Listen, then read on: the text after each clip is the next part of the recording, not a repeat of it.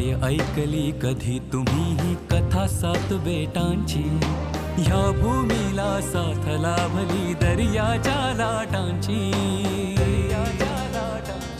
कोणी म्हणे माया नगरी, कोणी मुंबई माता. इतिहासातून चला उलगडू आज ही विस्मय गाथा. ही कहाणी अज्ञात मुंबईची. श्रोतेहो नमस्कार. प्रसारित करत आहोत अज्ञात मुंबई या पुस्तकाचं क्रमशः वाचन. लेखक नितीन साळुंखे, वाचक स्वर ओमकार गोवर्धन आणि केतकी थत्ते, संकल्पना शैलेश माळोदे आणि सादरकर्त्या ज्योत्स्ना केतकर. माझगाव हे नाव आलं कुठून याविषयीच्या गोष्टीचा आज ऐकूया दुसरा भाग.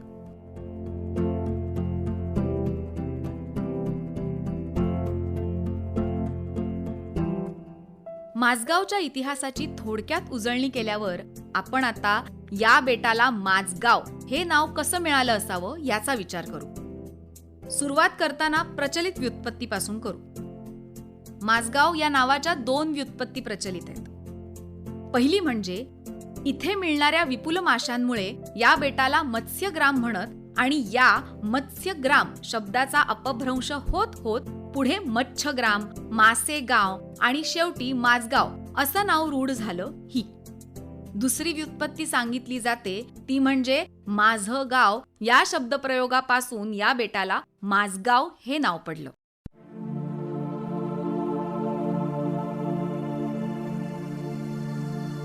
वरवर पाहता या दोन्ही व्युत्पत्ती पटण्यासारख्या आहेत आणि त्या जनमानसात रूढही झालेल्या आहेत.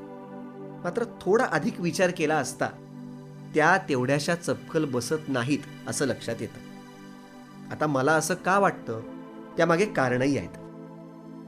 पहिली व्युत्पत्ती सांगते की या बेटावर मासे मुबलक मिळत किंवा हा कोळ्यांचा गाव म्हणून या बेटाला मत्स्यग्राम म्हणत आणि तेच नाव कालांतरानं माझगाव म्हणून प्रचलित झालं.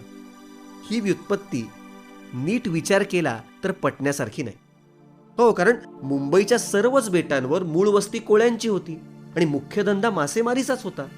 मग त्या बेटांनाही मत्स्यग्राम किंवा तत्सम नाव न पडता मुंबई, परळ, माहीम, वरळी अशी वेगवेगळी नावं का पडली?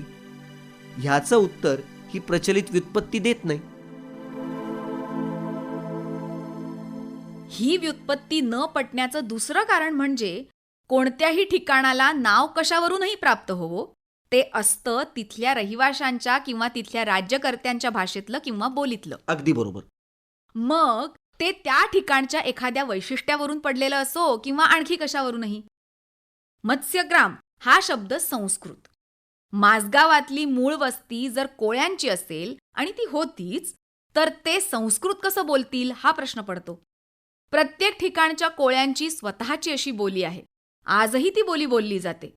मग त्यांनी स्वतःच्या गावाला स्वतःच्या भाषेतला शब्द न योजता त्यांना ज्या भाषेचा गंधही नाही त्या भाषेतला शब्द आपल्या गावाला का दिला असावा असाही प्रश्न उभा राहतो.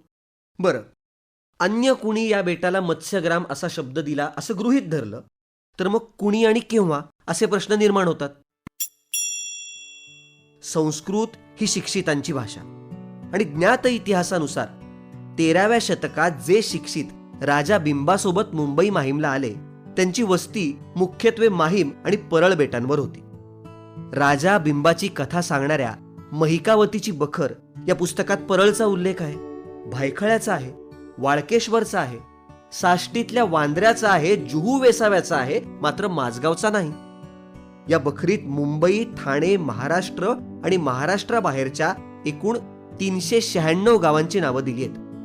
त्यातल्या 263व्या क्रमांकावर माझगावचा उल्लेख आहे, पण ते माझगाव नेमकं कुठलं ते दिलेलं नाही. माझगाव हे नाव मत्स्यग्राम या शब्दापासून आलं असं क्षणभर गृहीत धरू तर मग पुणे, सातारा, कोल्हापूर या तीनही जिल्ह्यात माझगाव नावाची गावं आहेत. या तिन्ही जिल्ह्यांचा समुद्राशी आणि म्हणून त्यात मिळणाऱ्या मासळीशी दुरान्वयानंही संबंध नाही. मग ती नावं कशी काय पडली या प्रश्नावर निरुत्तर व्हावं लागतं. नाही म्हणायला रत्नागिरी आणि सिंधुदुर्ग जिल्ह्यातल्या सावंतवाडी तालुक्याचा समुद्राशी संबंध आहे. त्यामुळे त्या तालुक्याला संशयाचा फायदा देता येईल.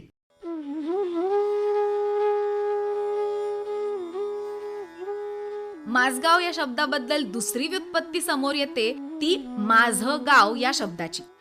पण हे अजिबातच पटण्यासारखं नाही. आपल्यापैकी प्रत्येकाला आपापला गाव प्रिय असतो आणि दरवेळी आपण आपल्या गावाचा उल्लेख माझं गाव असाच करत असतो. म्हणून काही आपल्या गावाचं नाव माझं गाव असं होत नाही. त्यामुळे ह्या व्युत्पत्तीकडे सपशेल दुर्लक्ष करणं योग्य.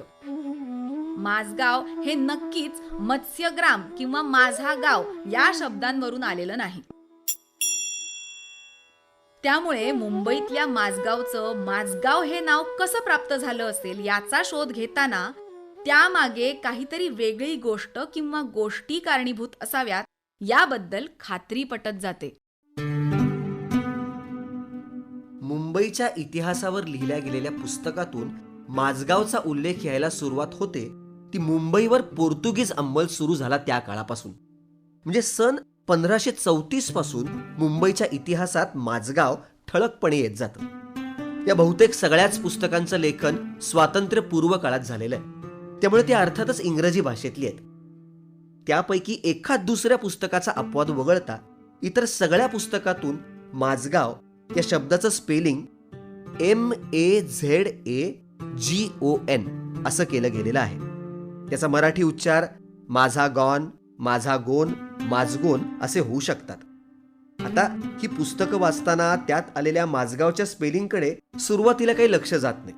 आपण सवयीनं माझगाव किंवा माझगाव अशीच ती स्पेलिंग्स वाचतो. पण पुढे पुढे माझगावचं MAZAGON हे स्पेलिंग लक्ष वेधून घेऊ लागतं.